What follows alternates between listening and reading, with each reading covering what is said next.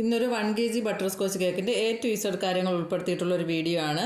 അപ്പോൾ ഫുള്ളായിട്ട് കണ്ടു നോക്കണേ.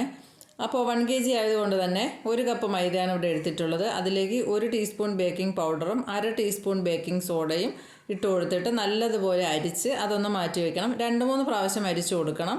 അപ്പോൾ അതിൻ്റെ കട്ടകളെല്ലാം ഒന്ന് പോയ ശേഷം എല്ലാം കൂടി നല്ലോണം ഒന്ന് മിക്സായി കിട്ടും. അതിന് വേണ്ടിയിട്ടാണ് 2-3 പ്രാവശ്യം അരിച്ചെടുക്കുന്നത്. അത് അരിച്ചൊന്ന് മാറ്റി വെച്ചിട്ട് അതേ കപ്പിൽ തന്നെയാണ് നമുക്ക് 1 കപ്പ് പഞ്ചസാരയും വേണ്ടത്. പഞ്ചസാര പൊടിച്ച പഞ്ചസാരയാണ് 1 കപ്പ്. അപ്പോൾ അതും കൂടി എടുത്തിട്ടുണ്ട്. അതും എടുത്തൊന്ന് മാറ്റി വെച്ച ശേഷം 4 മുട്ട എടുത്തിട്ടുണ്ട്. അതിലേക്ക് 1 ടീസ്പൂൺ വാനില എസൻസും 1 ടീസ്പൂൺ ഇതേപോലെ ബട്ടർ സ്കോച്ച് മിക്സ് കിട്ടും. ഇപ്പോൾ കേക്കിൻ്റെ സാധനങ്ങളൊക്കെ വാങ്ങുന്ന ഷോപ്പുകളിലല്ലാതെ എല്ലാ സൂപ്പർ മാർക്കറ്റുകളിലും ഇപ്പോൾ ഇതൊക്കെ കിട്ടും കേട്ടോ. അപ്പോൾ അതും കൂടി ഒന്ന് ഒഴിച്ച് കൊടുത്തിട്ട് നമുക്ക് നല്ലോണം ഒന്ന് ബീറ്റ് ചെയ്തെടുക്കാം. പിന്നെ ബീറ്റ് ചെയ്യുന്നതൊക്കെ നമ്മൾ സാധാ എല്ലാ വീഡിയോയിലും കാണിക്കുന്നതാണ്. അപ്പോൾ അതെല്ലാം ഒന്ന് മിക്സായ ശേഷം നമുക്ക് പഞ്ചസാരയും കുറേശ്ശായിട്ട് ഇട്ട് കൊടുത്ത് അതും കൂടി ഒന്ന് മിക്സ് ആക്കിയിട്ട് പഞ്ചസാര നല്ലതുപോലെ മെൽറ്റ് ആവുന്നവരെ ഒന്ന് ബീറ്റ് ചെയ്തെടുക്കാം. എന്നിട്ട് 3 ടേബിൾ സ്പൂൺ സൺഫ്ലവർ ഓയിൽ ഒഴിച്ച് കൊടുത്തിട്ടുണ്ട്. അതൊഴിച്ച ശേഷം ഒന്ന് മിക്സാക്കി എടുക്കുക മാത്രമേ ചെയ്യാവൂ. ഒരുപാട് സമയത്ത് ബീറ്റ് ചെയ്താൽ ആ പതഞ്ഞ് വന്നിരിക്കുന്ന മുട്ട എല്ലാം അങ്ങ് താഴ്ന്നു പോകും. അതുപോലെ മൈദ ഇടുമ്പോഴും ശ്രദ്ധിച്ച് ചെയ്യണം. മുകളിൽ മാത്രമേ മൈദ ഇട്ട് കൊടുക്കാവൂ. എന്നിട്ട് ഇതേപോലെ പതിയെ ഫോൾഡ് ചെയ്തെടുക്കണം. ഒരേ സൈഡിലേക്ക് തന്നെയാണ് ഫോൾഡ് ചെയ്തെടുക്കേണ്ടത്. ഒന്ന് മിക്സാക്കി കൊടുത്താൽ മതി. എന്നിട്ട് ഇവിടെ അരക്കപ്പല്ല 1/4 കപ്പ് ഇളം ചൂടുള്ള വെള്ളമാണ് ഞാൻ ഇവിടെ എടുത്തിട്ടുള്ളത്. പാലൊഴിച്ചാലും കുഴപ്പമില്ല. ഇളം ചൂടുണ്ടായിരിക്കണം. തണുത്തത് എന്തായാലും ഒഴിച്ചു കൊടുക്കാൻ പാടില്ല. അപ്പോൾ അതും കൂടി ഒഴിച്ചൊന്ന് പതിയെ ഒന്ന് മിക്സാക്കി എടുത്ത ശേഷം നമുക്ക് കേക്ക് ടിന്ന് നേരത്തെ തന്നെ റെഡിയാക്കി വെക്കണം. ഞാൻ ആദ്യമേ തന്നെ ബട്ടർ പേപ്പറൊക്കെ ഇട്ട് ഒന്ന് റെഡിയാക്കി വെച്ചിട്ടുണ്ടായിരുന്നു. അപ്പോൾ അതിലേക്ക് ഒഴിച്ചു കൊടുക്കാം.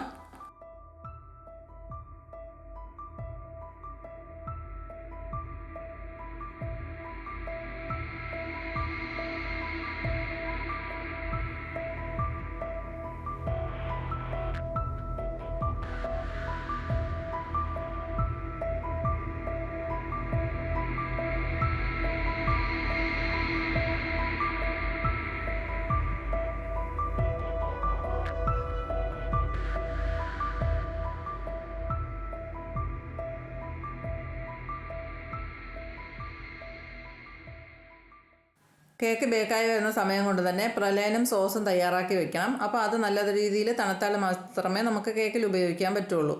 അപ്പോൾ അതുകൊണ്ട് അത് നേരത്തെ തയ്യാറാക്കണം. അതിന് വേണ്ടിയിട്ട് ഒരു പാൻ അടുപ്പത്ത് വെച്ച് നല്ലതുപോലെ ചൂടായ ശേഷം 1/2 കപ്പ് പഞ്ചസാര ഇട്ട് കൊടുക്കാം. പഞ്ചസാര മെൽറ്റാവാൻ നമുക്ക് ഫ്ലെയിം ഒന്ന് ലോയിലാക്കി കൊടുക്കണം. ആ സമയം കൊണ്ട് കുറച്ചൊന്ന് ഉരുകി വരണം. സൈഡൊക്കെ ഒന്ന് ഉരുകി വന്ന ശേഷം മാത്രമേ നമുക്ക് ഇളക്കി കൊടുക്കാൻ പറ്റുള്ളൂ. അപ്പോൾ ആ സമയം കൊണ്ട് ഞാനിവിടെ അത് ഒഴിക്കാൻ വേണ്ടിയിട്ടുള്ള പ്ലേറ്റ് ഒന്ന് റെഡിയാക്കി വെച്ച് കൊടുത്തിട്ട് അതിലേക്ക് കുറച്ച് സൺഫ്ലവർ ഓയിലോ അല്ലെങ്കിൽ ബട്ടർ ആയാലും കുഴപ്പമില്ല ഒന്ന് തടയി കൊടുത്തിട്ട് അതൊന്ന് ആദ്യം റെഡിയാക്കി വെക്കണം. ഇത് ചൂടാറുന്നതിന് മുന്നേ തന്നെ നമുക്ക് അതിലേക്ക് ഒഴിച്ചു കൊടുക്കണം. അതുകൊണ്ട് പഞ്ചസാര മെൽറ്റ് ആവുന്ന ആ ഒരു ടൈമിൽ നമുക്ക് ഇതൊന്ന് റെഡിയാക്കി വെക്കാം. അപ്പോൾ അതെല്ലാം ഒന്ന് റെഡിയാക്കി വെച്ച് വന്ന സമയത്ത് സൈഡിൽ നിന്ന് ഇങ്ങനെ ഉരുകി വന്നിട്ടുണ്ട് പഞ്ചസാര. ഉരുകി വരുമ്പോൾ നമ്മൾ ജസ്റ്റ് ഒന്ന് ഇളക്കി കൊടുത്തിട്ട് ആ സൈഡിൽ നിന്നെല്ലാം സെൻറ്ററിലോട്ടൊന്ന് ആക്കി കൊടുത്തിട്ട് പതിയെ അത് ഉരുക്കിയെടുക്കണം. അതായത് ഫ്ലെയിം കൂട്ടി വെച്ചിട്ട് കരിഞ്ഞു പോകരുത്. കരിഞ്ഞു പോയാൽ ഒരു കയ്പ്പ് ടേസ്റ്റ് ആയിരിക്കും. അപ്പോൾ അതുകൊണ്ട് ഫ്ലെയിം എപ്പോഴും ലോയിലും മീഡിയം അങ്ങനെ അഡ്ജസ്റ്റ് ചെയ്ത് പെട്ടെന്ന് ഇങ്ങനെ തീ കൂടി പോകുന്നത് പോലെ തോന്നുവാണെങ്കിൽ പെട്ടെന്ന് നമുക്ക് അടുപ്പിൻ്റെ മുകളിൽ നിന്ന് എടുത്ത് മാറ്റിയിട്ട് ഒന്ന് മിക്സാക്കി കൊടുത്തിട്ട് വീണ്ടും അതിൽ വെച്ച് കൊടുക്കുക. അങ്ങനെ ശ്രദ്ധിച്ച് നമ്മൾ അതിൻ്റെ കൂടെ നിന്ന് വേണം അത് ഉരുക്കിയെടുക്കാൻ വേണ്ടിയിട്ട്. അത് വെച്ചിട്ട് മാറി ദൂരോട്ടെങ്ങും പോകരുത്, അത് കരിഞ്ഞു പോകും. അപ്പോൾ പഞ്ചസാര എല്ലാം ഫുള്ളായിട്ട് തന്നെ മെൽറ്റായിട്ട് വന്നിട്ടുണ്ട്. അപ്പോൾ അതിലേക്ക് നമുക്ക് നേരത്തെ റോസ്റ്റ് ചെയ്ത് വെച്ചിരുന്ന നട്ട്സ് എല്ലാം ഇട്ട് കൊടുക്കാം. ഞാനിവിടെ പീനട്ടും ബദാമും കാഷ്യും എടുത്തിട്ടുണ്ട്. അപ്പോൾ അതെല്ലാം ഒന്ന് ഇട്ട് കൊടുത്ത് നല്ലോണം ഒന്ന് ഇളക്കി ഒന്ന് മിക്സാക്കി എടുത്ത ശേഷം പെട്ടെന്ന് തന്നെ ആ ചൂടോടുകൂടി തന്നെ നേരത്തെ നമ്മൾ റെഡിയാക്കി വെച്ചിരുന്ന ആ പ്ലേറ്റിലേക്ക് അങ്ങ് ഒഴിച്ചു കൊടുക്കാം.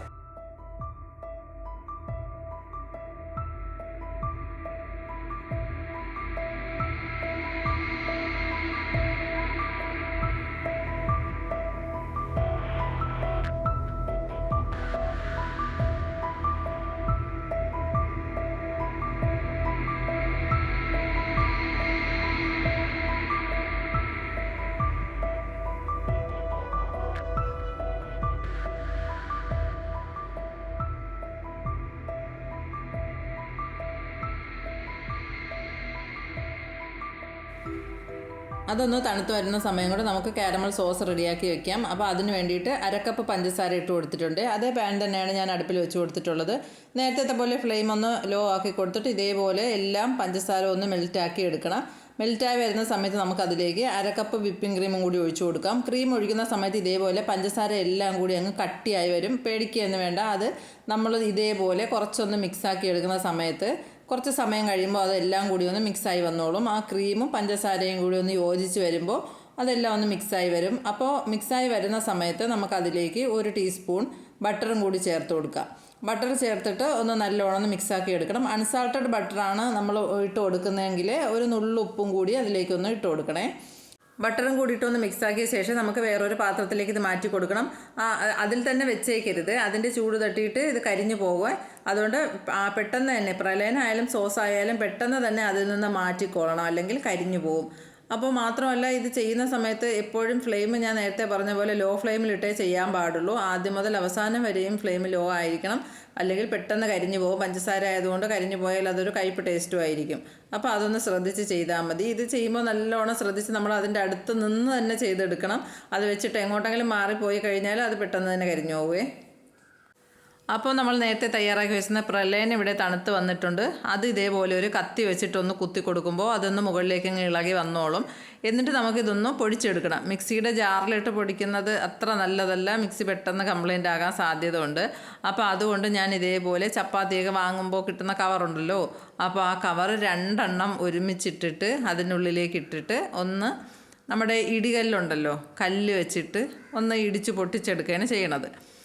അപ്പോൾ അങ്ങനെ ആകുമ്പോൾ കവർ പൊട്ടി പോകത്തുമില്ല. ഒറ്റ കവറിട്ട് കഴിഞ്ഞാൽ ചിലപ്പോൾ നമ്മളിങ്ങനെ ഇടിക്കുമ്പോൾ അത് കവർ പൊട്ടിപ്പോവും. അപ്പോൾ 2 എണ്ണം ആകുമ്പോൾ കുഴപ്പമില്ല. എന്നിട്ട് ഇതേപോലെ ജസ്റ്റ് ഒന്ന് ഇടിച്ചു കൊടുക്കുമ്പോൾ അത് പൊടിഞ്ഞു വരും. നല്ലോണം പൊടിച്ചെടുക്കരുത്, ജസ്റ്റ് ഒന്ന് ക്രഷ് ചെയ്തെടുത്താൽ മതി.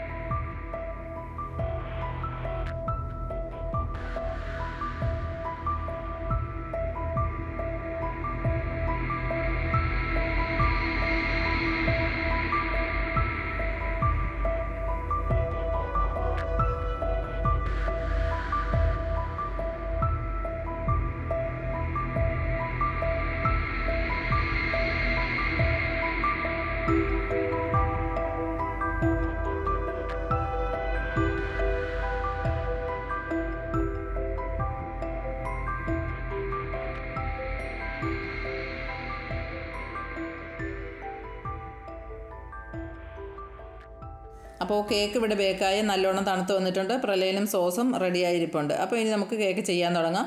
അപ്പോൾ ക്രീമിലേക്ക് ഞാൻ 1-2 ഡ്രോപ്പ് ഇതേപോലെ ബട്ടർ സ്കോച്ചിൻ്റെ മിക്സ് ഒഴിച്ചു കൊടുക്കുന്നുണ്ട്. ക്രീമിലേക്ക് മാത്രമല്ല ഷുഗർ സിറപ്പിലും 1 ഡ്രോപ്പ് ഒഴിച്ചു കൊടുക്കുന്നുണ്ട്. അതൊന്ന് മിക്സ് ചെയ്ത ശേഷം നമുക്ക് വീണ്ടും ഐസിങ് ചെയ്ത് തുടങ്ങാം. ഇനി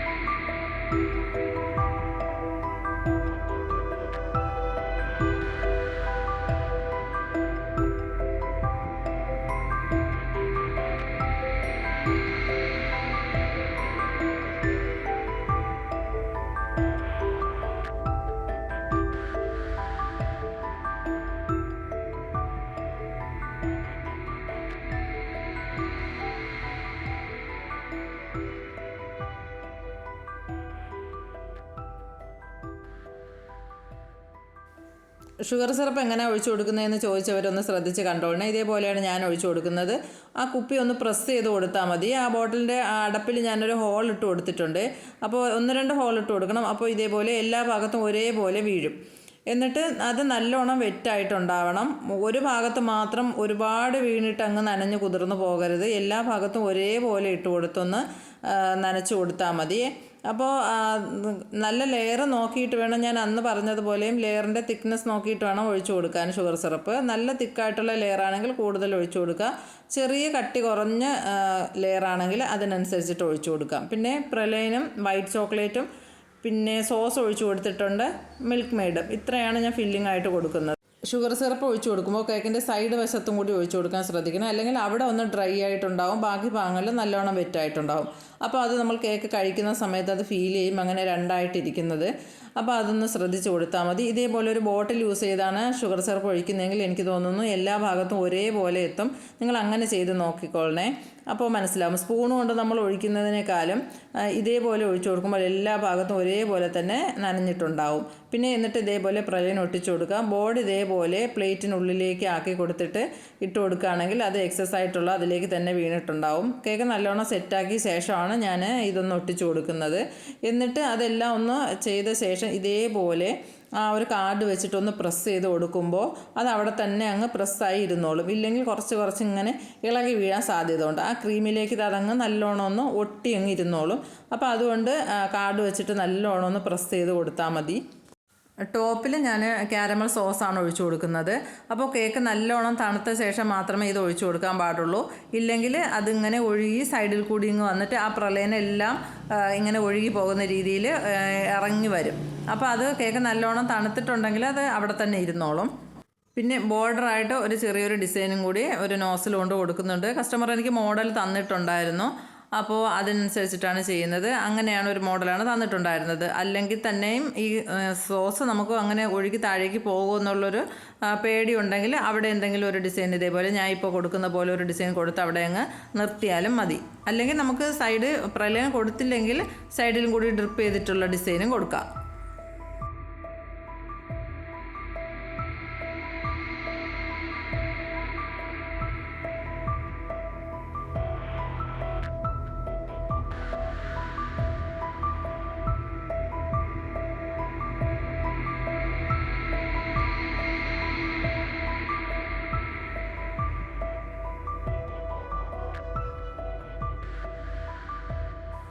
അപ്പോൾ അതെല്ലാം ചെയ്യുന്നതിന് മുന്നേ തന്നെ ചോക്ലേറ്റ് മെൽറ്റ് ചെയ്ത് ഞാൻ ഇതേപോലെ ഒരു ഡിസൈൻ ചെയ്ത് ഫ്രിഡ്ജിൽ വെച്ച് കൊടുത്തിട്ടുണ്ടായിരുന്നു. അപ്പോൾ അതെല്ലാം ചെയ്ത് കേക്കെല്ലാം റെഡിയായി വന്ന സമയത്ത് അതും നല്ലോണം തണുത്ത് സെറ്റായി വന്നിട്ടുണ്ട്. അപ്പോൾ ഞാൻ ഒരു OHP ഷീറ്റിലാണ് ഇതേപോലെ ചോക്ലേറ്റ് ഒഴിച്ചു കൊടുത്തിട്ടുള്ളത്. നിങ്ങൾക്ക് കടകളിൽ വാങ്ങാൻ കിട്ടും കേട്ടോ. നമ്മൾ കേക്കിൻ്റെ സാധനങ്ങളൊക്കെ വാങ്ങുന്ന കടയിൽ ചോദിച്ചാൽ ഇതേപോലെ OHP ഷീറ്റ് കിട്ടും. അതാകുമ്പോൾ നമ്മൾ ചോക്ലേറ്റ് ഒഴിച്ചു കൊടുക്കുമ്പോൾ പെട്ടെന്ന് തന്നെ അതിൽ നിന്ന് ഇളകി വരും. അപ്പോൾ ഞാൻ ഇതേപോലെ ഒന്ന് റൗണ്ട് ചെയ്തല്ല ഒന്ന് മടക്കി ചുരുട്ടി എടുത്തിട്ട് ടേപ്പ് വെച്ചൊന്ന് ആ പ്ലേറ്റിൽ ഒട്ടിച്ചു കൊടുത്തപ്പോൾ അത് അങ്ങനെ തന്നെ നിന്നിട്ടുണ്ടായിരുന്നു. എന്നിട്ട് ആ ടേപ്പ് ഒന്ന് ഇളക്കുന്ന സമയത്ത് ഇതേപോലെ ആ ഷീറ്റിൽ നിന്ന് പെട്ടെന്ന് തന്നെ ചോക്ലേറ്റ് ഇളകി വന്നോളും. അതാകുമ്പോൾ നമുക്ക് ഇങ്ങനത്തെ ഡിസൈനൊക്കെ ചെയ്തെടുക്കാൻ വേണ്ടിയിട്ട് ഒന്ന് ആ ഷീറ്റ് ഒന്ന് മടക്കിയിട്ട് അല്ലെങ്കിൽ റബ്ബർ ബാൻഡ് ഇട്ട് കൊടുത്താലും മതി. അപ്പോൾ ഞാനൊരു എളുപ്പത്തിന് വേണ്ടിയിട്ട് ഇതേപോലെ ടേപ്പ് ഒട്ടിച്ചു കൊടുത്തിട്ട് ആ പ്ലേറ്റോട് കൂടി ഫ്രിഡ്ജിൽ വെച്ച് കൊടുക്കുകയാണ് ചെയ്തിട്ടുണ്ടായിരുന്നത്. അപ്പോൾ ഇന്നത്തെ വീഡിയോ ഇത്രയേ ഉള്ളൂ. വീഡിയോ നിങ്ങൾക്ക് ഇഷ്ടപ്പെട്ടെങ്കിൽ ലൈക്ക് ചെയ്യാനും ഷെയർ ചെയ്യാനും സബ്സ്ക്രൈബ് ചെയ്യാനും മറന്നു പോകരുത്. പിന്നെ നിങ്ങളുടെ കമൻറ്റ് എന്തായാലും അതും കൂടി ഒന്ന് അറിയിച്ചേക്കണേ.